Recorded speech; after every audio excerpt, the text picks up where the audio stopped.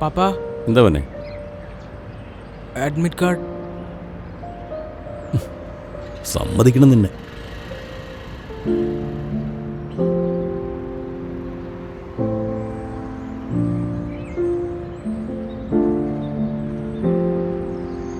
അതെ, 5 മിനിറ്റ് കൂടി, അത് കഴിഞ്ഞാൽ എൻട്രി ഉണ്ടാവില്ല കേട്ടോ. ചേട്ടാ പാപ്പ വന്നോണ്ടിരിക്കുക.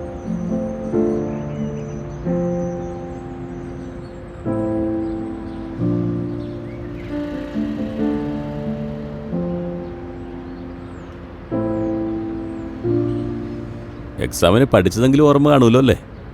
അതോ ഇനി അതും മറന്നുപോയി? നന്നായിട്ട് എഴുതണം കേട്ടോ.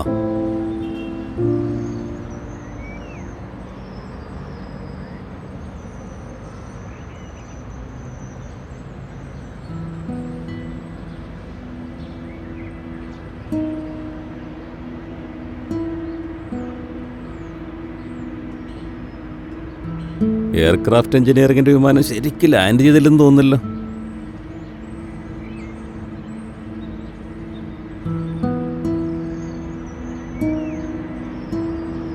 എന്തേലും ഒന്ന് പറ. മൊത്തം പൊട്ടിയോ അത് എന്തെങ്കിലും പ്രതീക്ഷയൊക്കെയുണ്ടോ?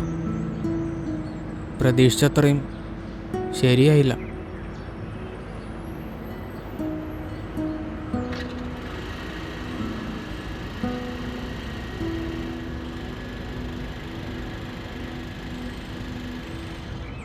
ഇതെന്ത് പറ്റി സാർ?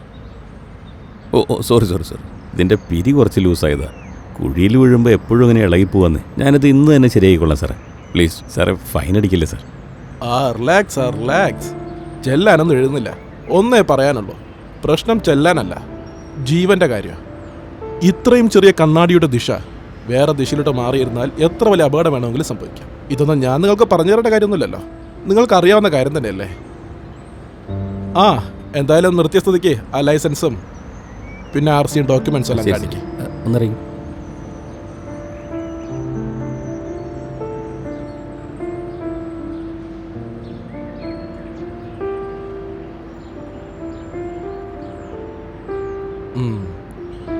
RCയും ലൈസൻസും അതുകൊണ്ട് സാറേ. അതൊന്ന് വിളിച്ചോ.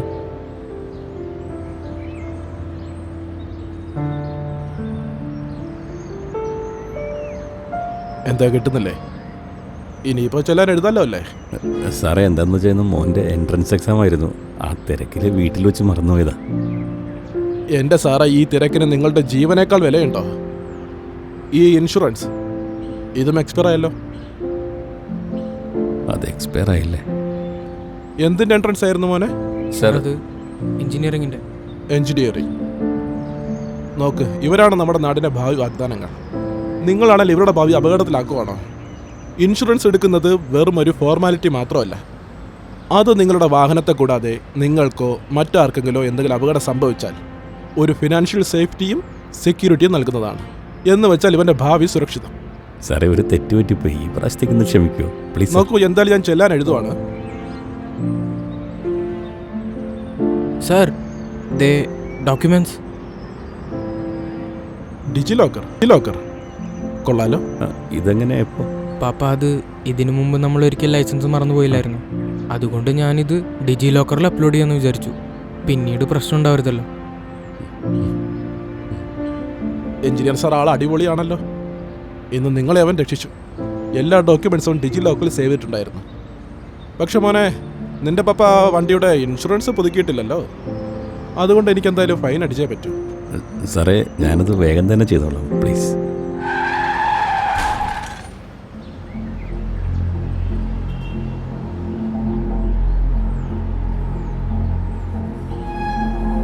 അയ്യോ സാറേ, ഇവരൊന്ന് എടുത്തേ.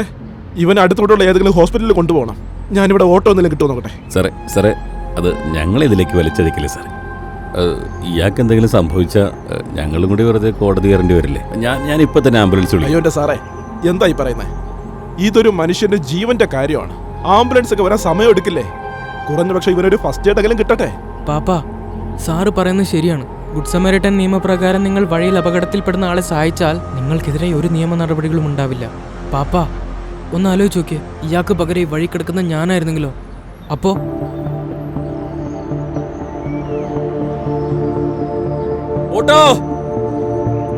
ഓട്ടോ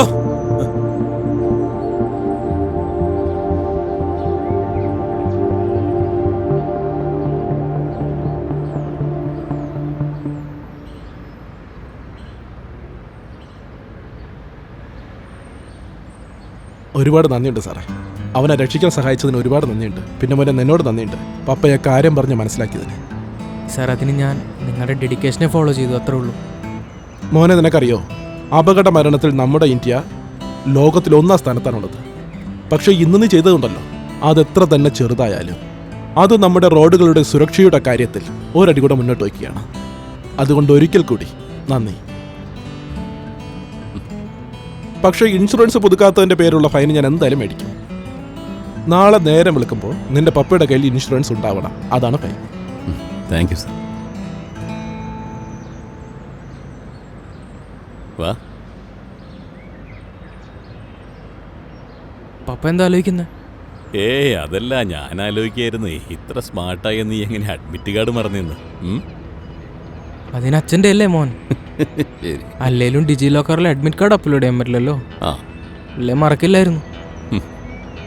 ആ അതിരിക്കട്ടെ പപ്പ, ആ. അടുത്ത കൊല്ലം എനിക്ക് 18 വയസ്സാവല്ലേ? വീട് വരെ വണ്ടി ഞാൻ ഓടിച്ചാലോ? ഒന്ന് മോനെ, ലൈസൻസ് കിട്ടുന്നവരെ ഡ്രൈവിംഗ് ഇല്ല. അതെ, ഇൻസ്പെക്ടർ അടുത്ത് തന്നെ നിൽക്കണ്ട്. ഇങ്ങോട്ട് അയ്യോ വിളിക്കട്ടെ. വേണ്ടേ, ഞാനൊരു കൊല്ലം കാത്തിരുന്നോളാം. പെട്ടെന്ന് തന്നെ കാര്യം മനസ്സിലായില്ല. വാ പോ. ആ